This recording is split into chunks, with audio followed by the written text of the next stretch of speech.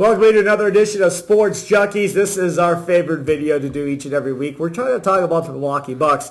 See Sparky Fifer from The Fan in Milwaukee, co-host of the Wendy's Big Show, weekdays 2 to 6 on 105.7 FM The Fan and AM 1250. He, of course, Gery Woelfel, columnist for the Racine Journal-Times. Okay, so the new starting five via Jason Kidd is O.J. Mayo at point guard, Middleton, Giannis, Parker, Monroe. I didn't like it the first game. I thought, well, Mayo's running point, but this will eventually be Giannis running point, and Mayo will go back to the 2, Middleton will slide to the 3, and we'll have some sense of order here what they're going to do. Mayo continues to play the point and continues to run the offense. I've seen him run the offense before in Memphis. I didn't like it. I've seen him run the offense in Milwaukee now for the Bucks. It's not too bad.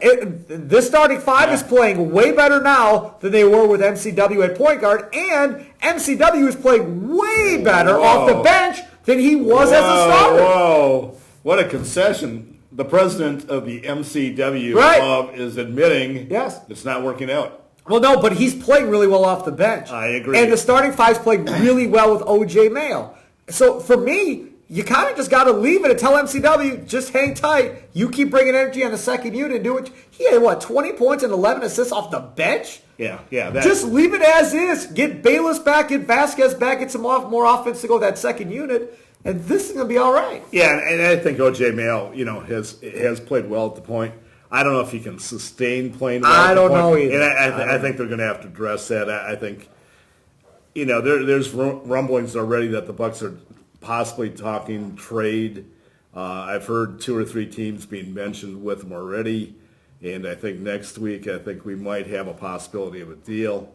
But then again, it could fall apart. Sure. So, but they are definitely interested in making a move, and it wouldn't shock me one bit if MCW was part of the deal. I would be shocked. I wouldn't. I would, because if you move MCW now, then you're pretty much conceding that whole Brandon Knight trade was a complete fiasco. You know what, though? To a degree. Now, I understand you were going to sign him anyhow. Cut your losses. If you agree that, hey, we made a mistake, don't continue to, if MCW is happy coming off the bench, which I doubt. I think at some point he's playing better off the bench than he was as a starter. I totally agree, but he should have always been like a six-man. And that's the same feeling I have about Chris Middleton. He'd make a heck of a six-man. He's not a starting 2 guard. He's a 3. He's not a 2. Yeah, exactly. And we knew that when they gave him the money. This isn't rocket science here. You knew you were force-feeding him into a position he couldn't defend and play. And that's exactly what's happened. Now, on top of that, his shooting hasn't been all that great. 3-point shooting, fine, but that mid-range jumper that made him so good last year has disappeared. Yeah, and again, I'm not even concerned about his shooting because I think he's a good shooter. It'll eventually come around. What has really caught my attention is his porous defense. Yes. I mean, last night, J.J. Redick looked like he was ready to go into the Hall of Fame. But time out. But they're running guys through multiple screens and everything else trying to get to him. I understand that, but all I'm saying is, and that was more of a team collapse. And to my point, kind of a schematic collapse when you start allowing guys to get wide open threes without having somebody smelling the gum he's chewing all the time. You know what? If that would have been the exception, I'd totally agree. 31 points for J.J. Redick? No. But my God. The shooting guards have had their way with the Bucks all season. That's true. And if you watch Bucks games closely, guys are getting open on the perimeter. All the time. And they play, you and I have talked about this, they probably double more than any team in the NBA. And it's a double-edged sword. When it works, it's a thing of beauty. When it doesn't work, you can get blown out of the gym. If the other team is shooting the ball. If they're shooting the ball. And seemingly that's happened against the Bucks most times. And like the Celtics come in, I'm really curious to see what happens Saturday night. Because if they play these double-team tactics, they're going to get blown out of town by the Warriors. See, there's so much. Especially if Thompson. They're so much bigger than Golden State.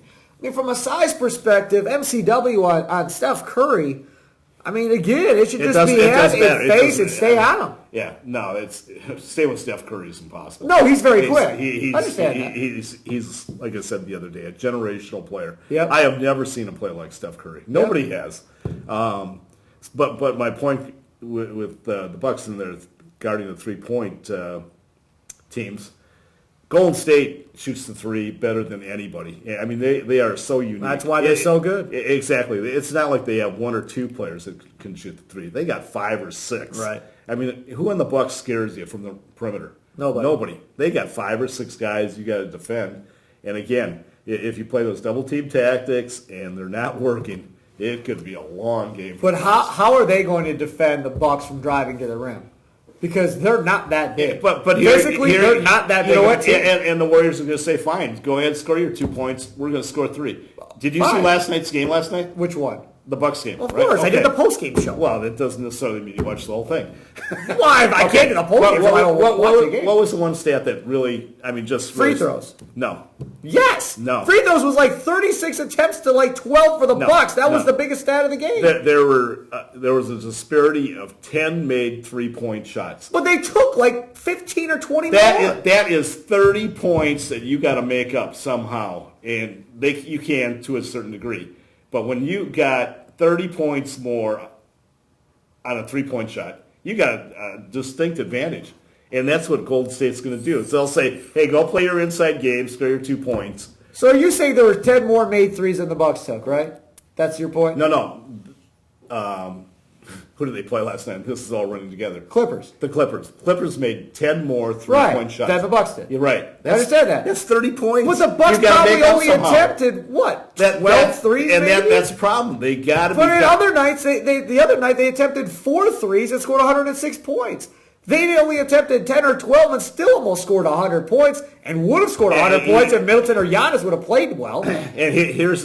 See, I don't buy into this crap. I do. I don't. And Greg Popovich brought it up to some. Yes, and he ripped the 3-point line to shreds. But this is the thing. And he said it himself, Popovich. He said, look, I hate it. I think it's a circus act. Why not have a 5-point shot or a 7-point shot? He goes, but I'm not stupid enough to realize that as much as I hate it, you still have to incorporate it and use it. And that the 3-point shot has helped the Spurs too. I think any team that continues to ignore it, and the Bucks are doing that, they're continuing to ignore it, is only hurting themselves. It's for me, I think you can get by without having great 3-point shooters. No way. But in order to do that, Gary, you have to get to the free throw line consistently more than the other team. And right now, they're going to the rim here in the last 4 or 5 games, but they're not getting to the line. And that is where the biggest difference is. They had like 36 free throw attempts, I think, for the Clippers. And the Bucks had like 12. I mean, you cannot have that much of a free throw differential. I agree with that as well. But